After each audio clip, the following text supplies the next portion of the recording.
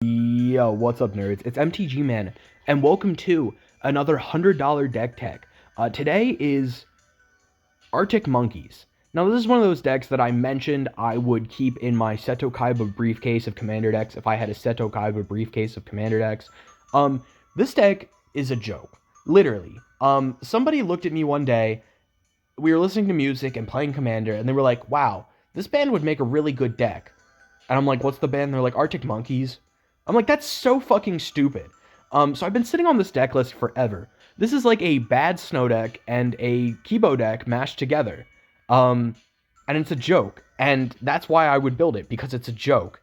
The deck is about $100. If you notice, it says 80, but that's without basic lands. Snowlands take up like $20 of this deck budget, because snowlands are ridiculously expensive. And yeah, let's just get into it. So, Kibo Uktabi Prince. He's 2 and a green for a 2/2. You can tap him. Each player creates a colorless artifact token named Banana. And bananas you can sacrifice to add red or green and gain 2 life. So whenever an artifact an opponent controls, it's put into a graveyard from the battlefield. Put a +1/+1 counter on each creature you control that's an ape or monkey. And then whenever Kibo attacks, defending player sacrifices an artifact. So you give your opponent a bunch of artifacts. You then either destroy them or have them sacrifice them. And then you win the game, like, by having this big board of monkeys that goes in and swings to attack. Except this time, like, not half the deck, a chunk of the deck is also snow-related, because Arctic Monkeys.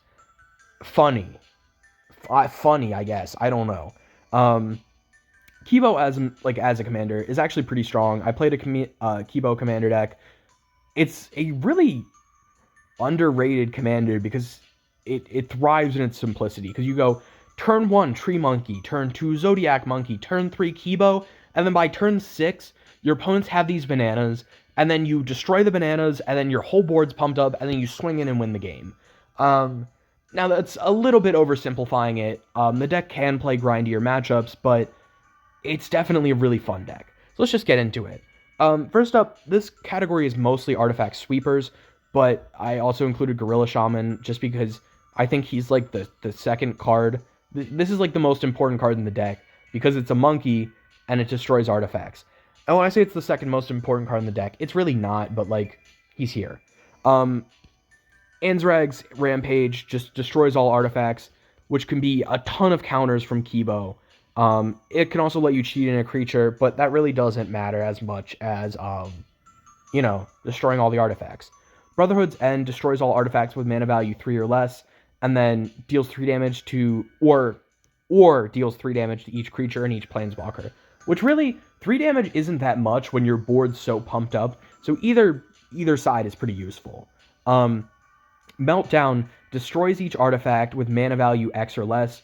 You can name 0, and have this be a 1-mana destroy all bananas. And in a 4-player game of Commander, every time you tap Kibo, that's each opponent creating 1 banana. So this could destroy, like, 3, 6, 9 bananas, and just completely pump up your board. Pulverize destroys all artifacts, but it has an alternate cost where you can just sacrifice 2 mountains instead of paying 6. So it can kind of just come out of nowhere and help you win the game. Vandal Blast can either destroy an artifact or destroy all artifacts. Very powerful overall. Goblin Anarchomancer is just a nice way to reduce how much your spells cost. Ohran Frostfang lets you draw cards when your creatures hit, plus it's a snow creature, so, funny. Inspiring Call is going to give your creatures with +1/+1 counters indestructible, plus you draw a card for each one of them, so it can just draw you a shit ton of cards. Cathartic Reunion's nice draw. Ren's Resolve is nice impulse draw. Viridian Revel is going to let you draw whenever an artifact is put into the graveyard from an opponent's side of the field. So every time they sacrifice a banana, you're also drawing cards. Every time you board wipe, all the bananas, you could be drawing like 6, 7, 8 cards and just refilling your hands so that you can keep going. Moving into hate, Bloodroot Apothecary is going to make your opponent create a treasure. And let's be real, all right? You want your opponent to have treasures because Kibo doesn't just trigger off of bananas. He triggers off of all artifacts. So giving your opponents treasures is going to tempt them to crack them and make your board bigger. And then whenever an opponent sacrifices a non-creature token, that player gets 2 poison counters. So whenever they sacrifice a banana, whenever they sacrifice a treasure, they get 2 poison counters. So they basically can only sacrifice 5 artifact tokens total. And other tokens, but this is just going to, like, completely limit how they play their board. Because usually you want to use your treasure. But this is really going to penalize them for them. But on the other side of the road, we have Ancient Runes, where during each player's upkeep, Ancient Runes deals 1 damage to that player for each artifact he or she controls. So if each opponent has, let's just say, 5 mixed treasures and banana, right? They either take 5 damage every turn from Ancient Runes, or they sacrifice them and start getting poison counters from Bloodroot Apothecary. You basically just want to give them no good options. Pain Distributor, whenever an opponent casts their first spell, they create a treasure token. This is creating them more tokens that they're going to be tempted into using, which will pump up your board. Sardian Avenger is going to deal 1 damage to them whenever they crack an artifact, which doesn't really offset the 2 that they gain from bananas. However, if they don't crack their artifacts, he'll get really big himself and kind of just become a threat. So it's either make my whole board a threat or deal with Sardian Avenger. Vengeful Tracker is going to cancel out the 2 they gain from the banana. It's also just going to punish them for sacrificing artifacts in general. Moving into miscellaneous synergy, I like Marvin Murderous Mimic because it'll gain the ability of Kibo, so then you could be creating 2 bananas every turn, which is just kind of strong. And Umbral Mantle, you can pay 3 and untap Kibo, so you can go tap, create a banana, pay 3, untap, and just like keep doing it over and over again, as long as you have mana, so that your opponents have more and more bananas.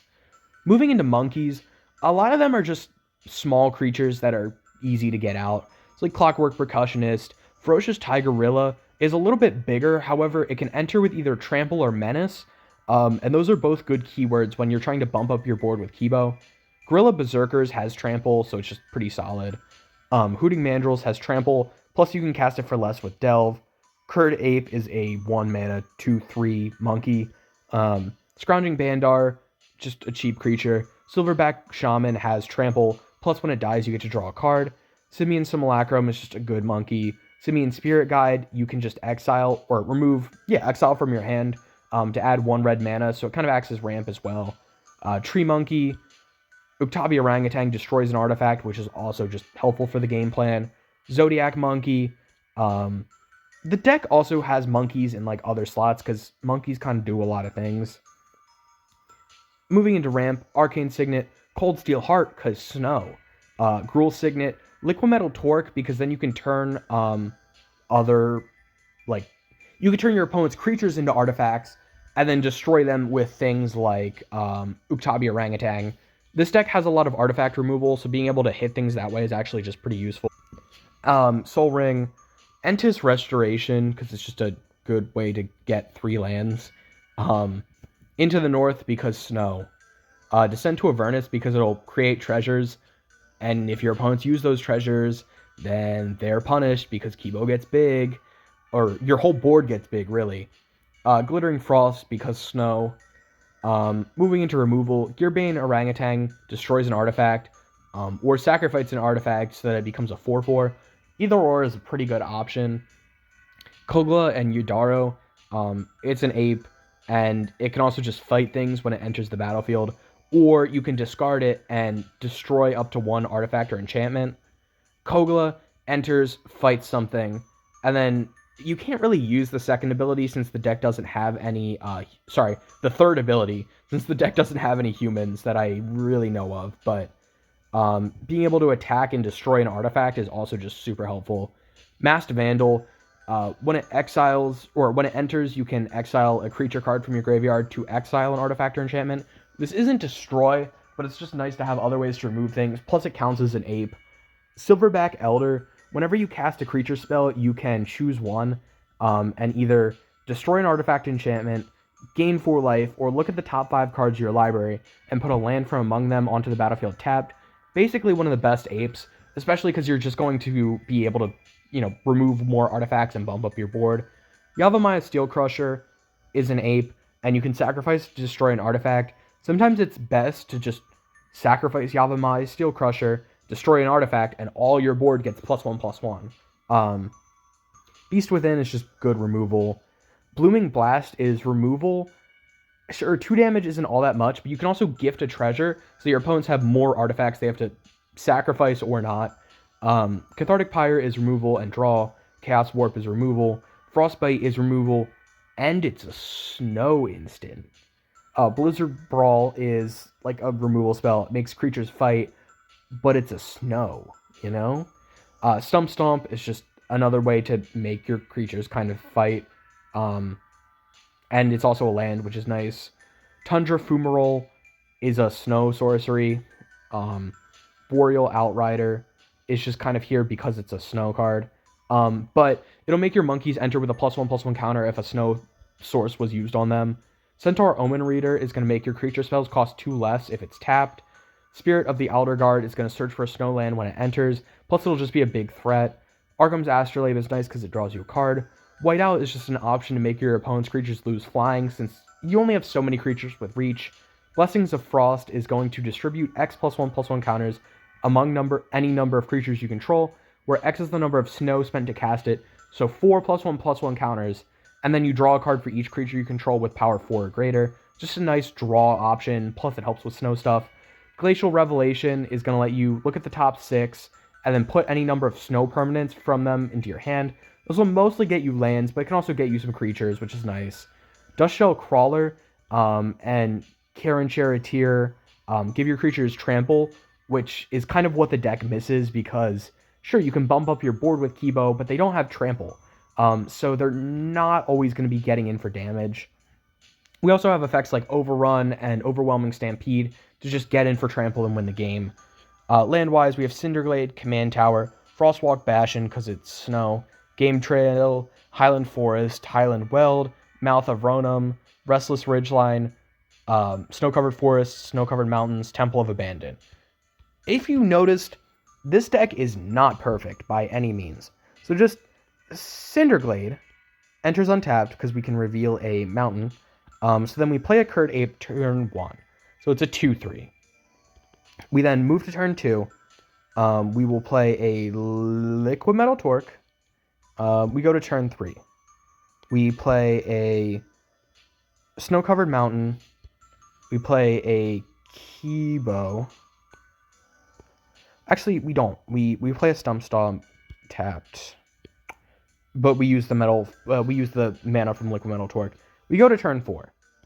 At this point, we go Kibo, create a banana, sacrifice the banana into Yidaro and Kogla. When it enters, it can fight a creature we don't control. So it'll fight something. And I mean, that's a pretty good start for turn 4. Then we move to turn 5. I think at this point we go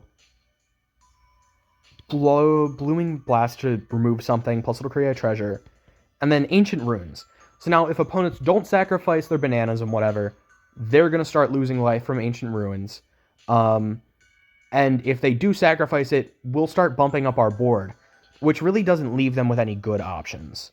Then from here, Tree Monkey, Scrounging Bandar, and sure, we can just keep creating bananas with Kibo, or we can choose to have Kibo attack, and then opponents will have to start sacrificing artifacts, and it just kind of leaves them in a bad position. Is this deck consistent? Absolutely fucking not. I made this deck as a joke. The joke is the name. That's why this deck exists. It's the name. You know, I have a 3-dog Knights deck, like the band 3-Dog Knight, but it's a 3-dog Galaxy News Radio Knight typal deck. Yeah.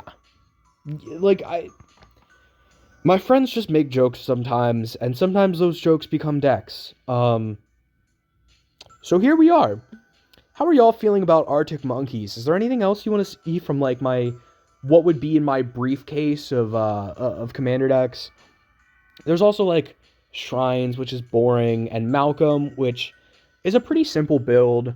I'm working on Asmara and Mardukkai to Stina Koldakar, and Niv Mizzet I've already basically put on the channel, along with Donna Andres is, like, an older video, so probably wouldn't show those off. But Let me know what y'all are thinking. Let me know what decks y'all have been building. And I'll see you in the next one. Peace out.